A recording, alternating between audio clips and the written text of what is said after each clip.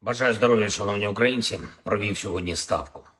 Ключові доповіді від командувачів оперативних напрямків, які найважливіші і найгарячіші. Хортиця і Таврія. Бої жорсткі, але наш рух є. І це дуже важливо. Втрати ворога саме такі, як нам потрібно.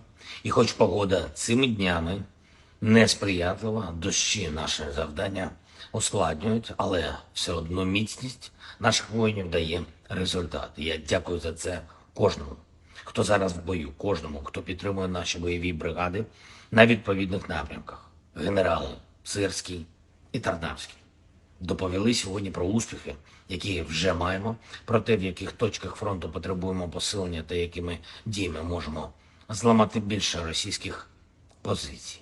Дякую нашим хлопцям за кожен український прапор, який зараз повертається на законне місце в селах, на щойно деокупованій території. Дякую і за вагоме поповнення нашого обмінного фонду. Була доповідь головкома по загальній ситуації Міністерства внутрішніх справ, Служби безпеки щодо стабілізаційних заходів на деокупованих територіях. Дуже активно працюємо із постачанням необхідної зброї, снарядів. Була й доповідь розвідки щодо варіантів дій ворога. Наше оперативне домінування зберігаємо і посилюємо. Окремо вдячний за Бахмут. Збільшуємо наш контроль на цьому напрямку. Була на ставці сьогодні і підсумкова доповідь щодо готовності та неготовності укриттів по всій країні, в найбільших містах і у Києві.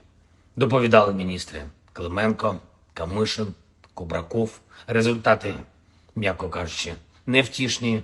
На п'ятницю будуть підготовлені відповідні проекти рішень і щодо тих, хто відповідальний, і щодо забезпечення належного рівня захисту для наших людей в усіх українських містах.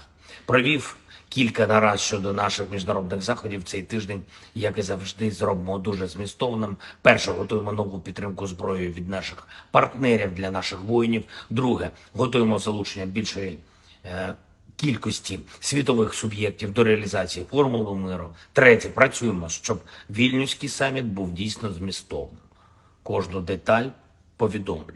Ще одне рішення, про яке варто сказати: звання Героя України присвоєно підполковнику Служби безпеки України Василю Богачу посмертно за надзвичайну особисту хоробрість, за неодноразове затримання і знищення ворожих диверсантів, за захист Маріуполя і за саме такий героїзм, саме таку самопожертву, які не залишають жодних інших варіантів для України і українців, окрім перемоги. Слава усім, хто б'ється заради України. Я дякую кожному і кожній, хто зараз в бою, на бойових постах і в бойових завданнях. Крок за кроком рухаємось вперед. Віримо в перемогу. Вона буде. Слава Україні!